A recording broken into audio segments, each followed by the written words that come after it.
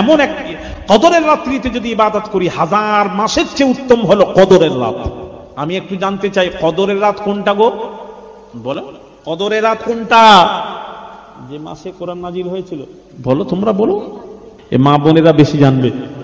তোমরা যে 27-এর, কোন মাসের 27? তা দেরি করলি কেন তুই? এবার চিন্তা করার কথা, কি করবি আল্লাহ জানে। তা রমজান মাসের 27 তারিখটা হলো কদরের রাত। কে বললো তোকে? কোথায় পেলি? দুর্বাবু, আমি এরকম বলেছি, খালি উল্টো পাল্টা চাপালেই হলো। শোনেন, কদরের রাত্রি কোনটা? 5টি রাত্রির মধ্যে কদরের রাত্রিকে আল্লাহ লুকিয়ে দিয়েছেন। কয়টি রাত? একটা হলো 21, রমজান মাসের 21, 23, 25, 27, 29। কটা হলো? 5টি রাত।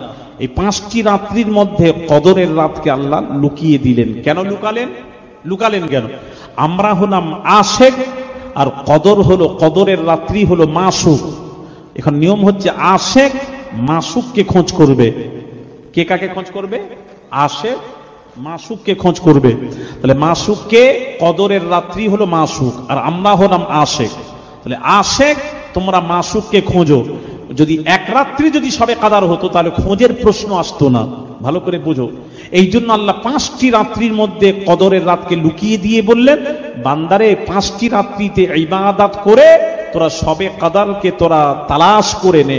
জোরে বলুন। এবার আসুন, 5টি রাত্রির মধ্যে, আপনাদের সামনে রমজান মাস আসছে, তো এই জন্য আমি একটু সুযোগ করে দিচ্ছি। 5টি রাত্রির মধ্যে কদরের রাত্রি লুকিয়ে রেখেছেন আল্লাহ। তবে অধিকাংশ 27 তারিখে বুজুর্গানে দিনরা কদরের রাত্রি পেয়েছেন।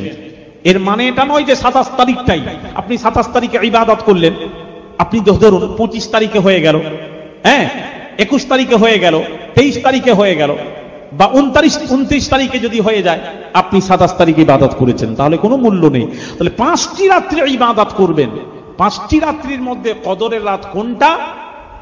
ইমাম আব্দুল ওয়াহাব শিরানি রাহমাতুল্লাহ আলাইহি হুজুর বলছেন, যে রাত্রিতে, যে 5টি রাত্রির মধ্যে যে রাত্রিতে 5টি চিহ্ন পাওয়া যায়, 5টি চিহ্ন পাওয়া যাবে। ইমাম আব্দুল ওয়াহাব শিরানি রাহমাতুল্লাহ আলাইহি হুজুর বলেছেন, ওই রাত্রি হলো শবে কাদারের রাত। 5টি চিহ্ন যে রাত্রি থাকবে, এটা বলে দিলাম আপনাদেরকে, এটা স্মরণ রাখবেন। সামনে রমজান মাস আসছে, কি গো, মনে থাকবে তো? জোরে বলুন, মনে থাকবে? হ্যাঁ, মনে রাখবে। 5টি চিহ্ন যে রাত্রিতে থাকবে, সেই রাত্রি হলো শবে কাদার। এটা কিন্তু জানানোর খুব বিষয় দরকার ছিল, এটা কিন্তু জানো না তোমরা, অনেক পিছিয়ে আছো, এটা খুব জানার দরকার ছিল।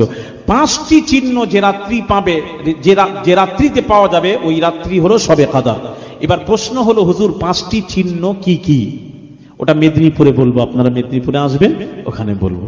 এখানে সবাই বলো, তাহলে বলবো। সবাই বলছো তো? শুনে নাও তাহলে 5টি চিহ্ন কি কি।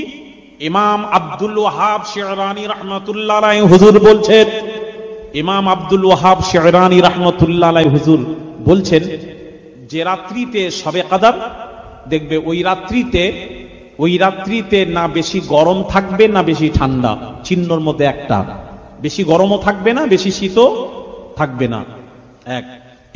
2 নম্বর চিহ্ন হলো, ইমাম আব্দুল ওয়াহাব শিরানি রাহমাতুল্লাহ আলাইহি হুজুর বলছেন, যে রাত্রিতে শবে কাদার দেখবে, ওই রাত্রিতে আকাশে মেঘ থাকবে না। কি থাকবে না? মেঘ থাকবে। খুব মূল্যবান কথা জেনে নাও বাবা, অনেক কষ্ট করে পড়াশোনা করে বের করেছি। 3 নম্বর হলো, ইমাম আব্দুল ওয়াহাব শিরানি রাহমাতুল্লাহ আলাইহি হুজুর বলছেন, হ্যাঁ, ইমাম আব্দুল ওয়াহাব শিরানি রাহমাতুল্লাহ আলাইহি বলছেন, যে রাত্রিতে শবে কাদার, ওই রাত্রিতে বৃষ্টি হবে না। কি হবে না? বৃষ্টি হবে না।